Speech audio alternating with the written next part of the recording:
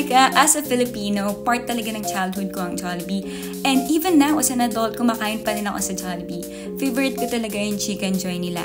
And now na nasa USA ako, tignan natin kung may pagkakaiba ba ang Jollibee sa Philippines at sa USA. Pagpasok mo nga, para ka lang ding nasa Pilipinas. Yung buong interior, from the posters, upuan, even the CR, parehas na parehas sa design ng Jollibee sa Philippines. Syempre, ang pagkakaiba lang, may dollar sign yung mga posters nila. At hindi lahat Pilipino ang kumakain.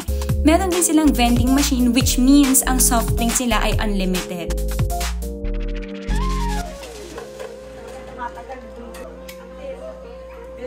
Pag nakalabas dito, ibig sabihin, unlimited. So, pwede, pag naubusan na to, iba naman yung kunin mo. Or pwede mong pag-alumaluin na. Eh, yung isa naman sa top pa.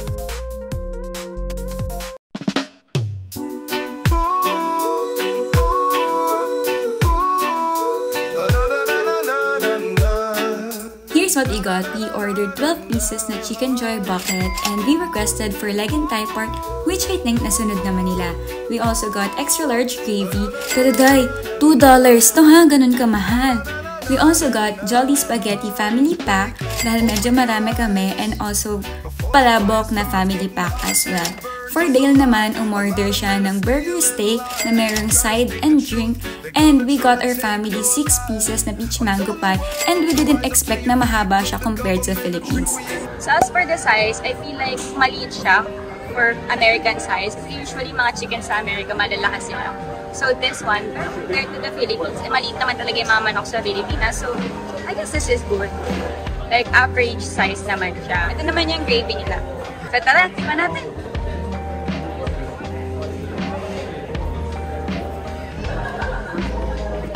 Nasaan Chicken Joy pala siya, pero kulang talaga sa spices inside.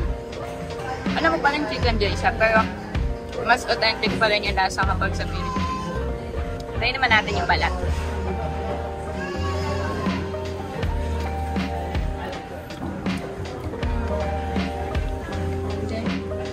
Really crispy. Kita mo, oily siya. I think same lang sa Philippines na very oily talaga yung mga chickens, but at the same time, dito, parang yung pagka-oily niya is hindi ganun ka-same ng lasa sa Philippines. But I'd say, okay pa rin siya for a Chicken Joy na hahanapin mo sa US. Pero if you're looking for an authentic talaga na Jollibee, I'd say you go back to the Philippines. As for the gravy, I think it's kind of the same. Pero again, parang kulang talaga sa spices. Pero it looks and it feels the same. Pero if you're really a fan of Jollibee, you know the flavor is really different.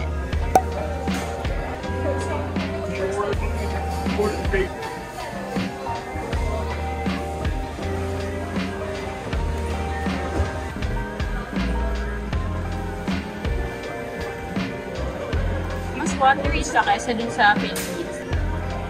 Hindi ko masyadong malasahan yung flavor, pero alam ang palabok na. Try natin yung ito. Same lang, walang pinagkaiba dun sa ito. How about yung chicharon? Try natin. Hi!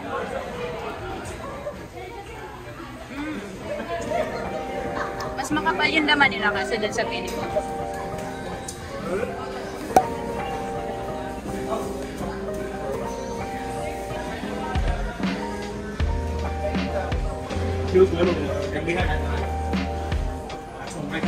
Lasa mo pa rin yung sweetness niya, pero alam mong hindi siya super sweet unlike sa Philippines. Like, tingnan yung kulay.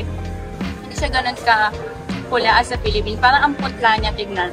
Pero yung lasa, okay pa rin naman. Pwede pa rin naman pagkamalan siya spaghetti ng Jollibee. Pero better pa rin talaga yung sa Philippines. Kasi sweeter doon. Ramdam mo yung sweetness. Dito kasi parang bland na sweet siya. Tingnan natin yung hotdog. Parang sausage siya. Hindi siya parang hotdog ng Jollibee talaga. Lasa siyang sausage na kinot mo into small cubes. And that's different. You know, hotdog and sausage are very different things.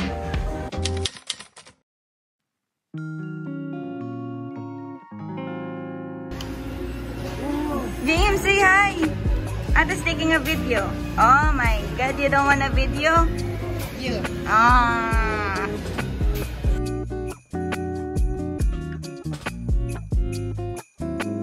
Both Hindi.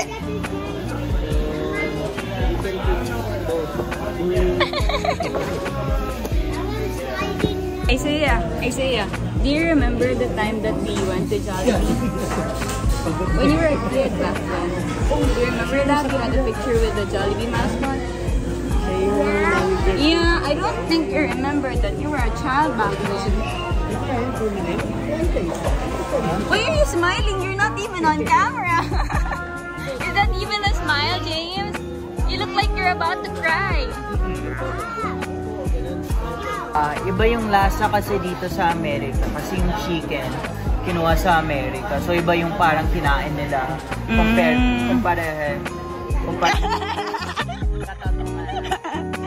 sa Pinas. Ano yung order mo? Ako in-order ko yung chicken choy kasi yun yung pinakasikat. And si RJ. RJ, ano in-order mo? Chicken. Malabo. Ewan ka na, sila na nag-decide.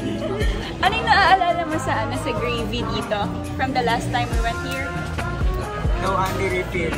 $1 charge per every refill. Which is expensive kasi parang... 5 years ago na yung chat.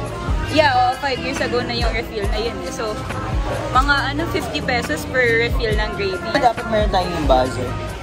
Oo nga, sa Philippines meron na nun. Yung buzzer na ganun. Tapos, tutunog na lang pag andito na yung order. Nanonotice ko dito is puro Pinoy, pero yung may naglubling sila mga ibang mga friends na hindi Pinoy. Yeah, oo. Last time na pumunta tayo dito, yung mga servers is Pinoy. Nagtatagalog din sila. Pero pag nagsiserve sila in English, kahit na Filipino ka nagsasalita.